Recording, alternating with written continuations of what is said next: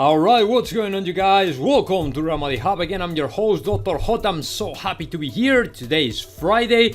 You probably are so happy as well, very excited because tomorrow we have another super spectacular, exciting game against Villarreal. Of course, we have to win tomorrow. It's a very important game. And although we've been winning and, performing incredibly good and things like that, we have to be careful because Villarreal is always dangerous. And the thing is, they won Wednesday the first game, I think the first game in La Liga this season. I mean, they have played 5 games and that was the first victory this season for the side of Unai Emery. So we have to be careful. Of course, I will be talking about Erling Haaland, which is of course the most exciting news that I'm bringing for you all today, and also Kylian Mbappe, because today, as of today, we only have 100 days ahead for him to be free to sign the contract, the pre-agreement with Real Madrid. But that is going to be for the end of the video. Now let me share with you all a quick update on the game, on the team for tomorrow, because as you probably have read already, Toni Kroos might be called for the squad list against Villarreal tomorrow. That is what at least I've been reading in some of the articles and some of the newspapers in Spain. But let me tell you what, if he is not 100% okay, to me, there's no reason to push him to be okay or even to call him for the game tomorrow. Even if he is going to be sit down on the bench, there's no reason for it. We have to be careful when it comes to Toni Kroos, just because he's the kind of player that normally plays the 95% of the minutes of the season. And of course, the injury that he got 1 month ago, the pubalgia, it is not like any other injury. It is a very problematic injury that if you don't recover from it properly, you might go back to the same point, to the starting point again for so much more months or so many more months. So to me, there's no reason to rush him. And of course, we have players to replace him good enough to be there tomorrow, to be featured tomorrow, because as you could see the other day against Mallorca,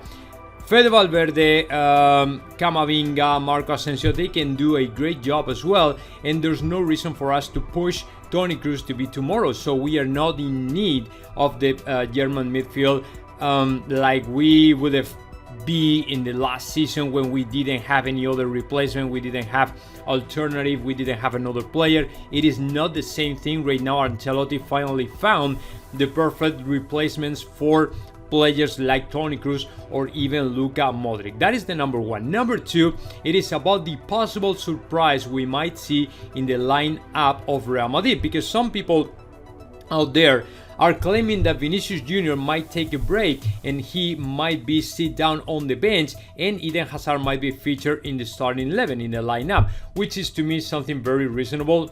If you think that he was resting in the last game against Mallorca, and like Carlo Ancelotti said in the last press conference on Sunday before Valencia, I think it was before Valencia, he said, okay, Hazard is playing okay, he's playing very good, but he's not ready to play all the games back to back. I mean, consecutive games every 2 days. It is a player that we have to be careful with.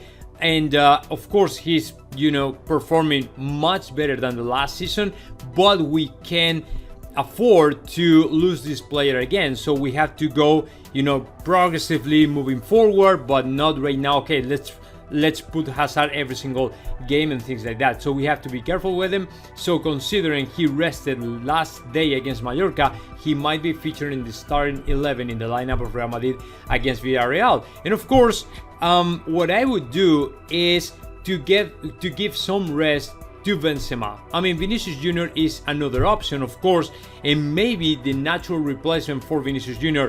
is Eden Hazard. But if you think about it, Vinicius Jr. is younger than Karim Benzema, and the other thing, Benzema will be called for the international break to play for France, so he might be spending or wasting more energy in these kind of games than Vinicius Jr. And that is because Vinicius Jr. is 15 years younger than Karim Benzema. So what I would do is to replace Karim Benzema and giving him a break like he did with Luka Modric and Casemiro the other day. And for Zidane, Casemiro, Luka Modric, they were undisputable. I mean, they were all the time in the lineup because in the mind of Zinedine Zidane, there was no perfect replacements for these players. So at the end of the season, you found that these players were able to play the 99% of the minutes of the season, right? And they were completely tired, done, they were completely over because they were exhausted. So that is the thing.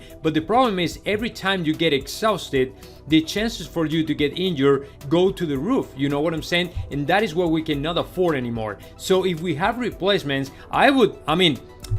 some people might be thinking right now, okay, if you replace to Benzema with Eden Hazard, what are you going to do? Who are you going to put in the like a striker, like a number 9? Okay, there's not a problem anymore because right now we have players enough to play in a kind of fake 9 position or something like that.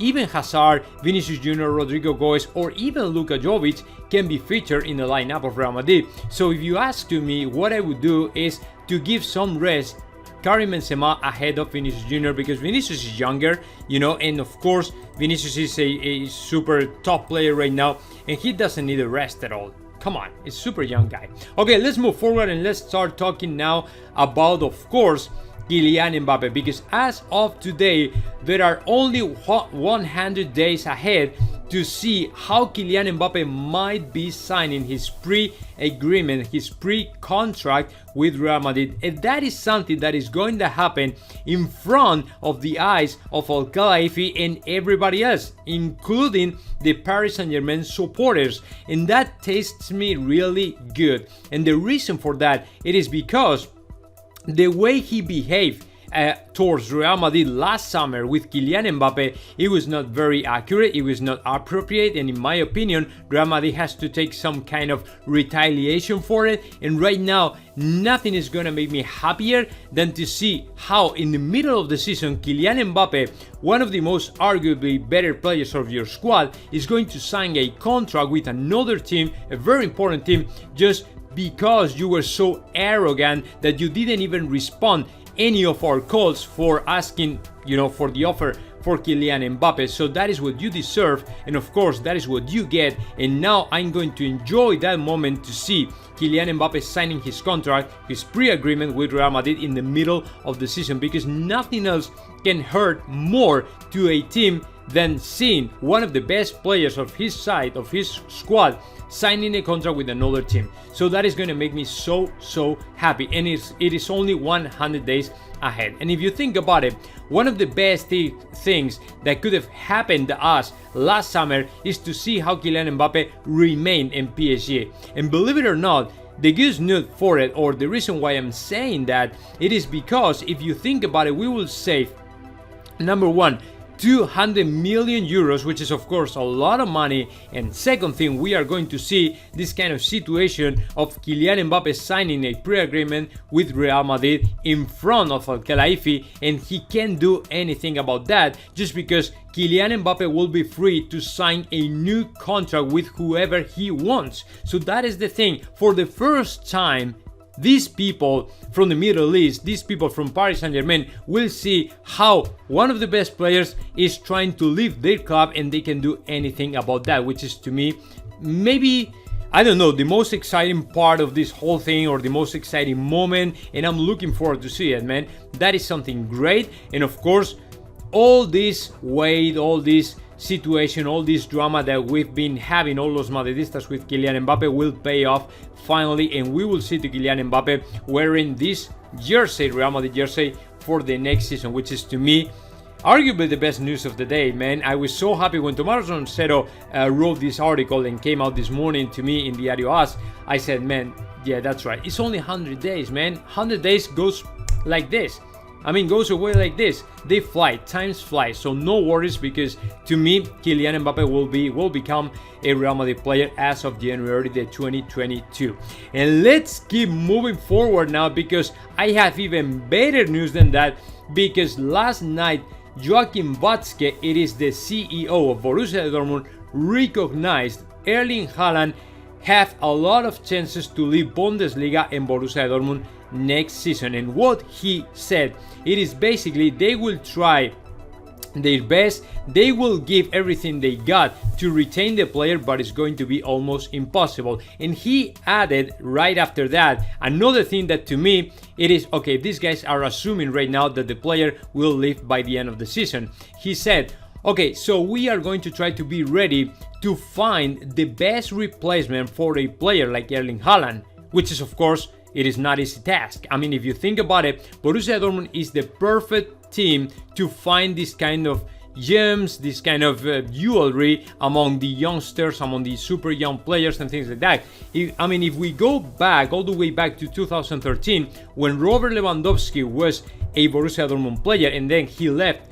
to Bayern Munich, then they had to find another forward, and that one was Aubameyang, who years later moved out to Arsenal, and then they had to find the Erling Haaland. So they've been trying to find the best replacement for their forwarders every time they decided to leave, you know what I'm saying? And they have been finding them. So the scouting department in Borussia Dortmund is just nuts, because they find gold every time they go out for a search or things like that. For example, it is not about the forwarders only. It is about Jadon Sancho, it is about Giovanni Reina, it is about a bunch of players out there that are really valuable, and they finally end in, playing for Borussia Dortmund just because they have a lot of assets and they have a lot of talent and they have a lot of skills, and Borussia Dortmund is expert when it comes to finding this kind of players. So to me, there won't be any problem for them, because I'm pretty sure they will find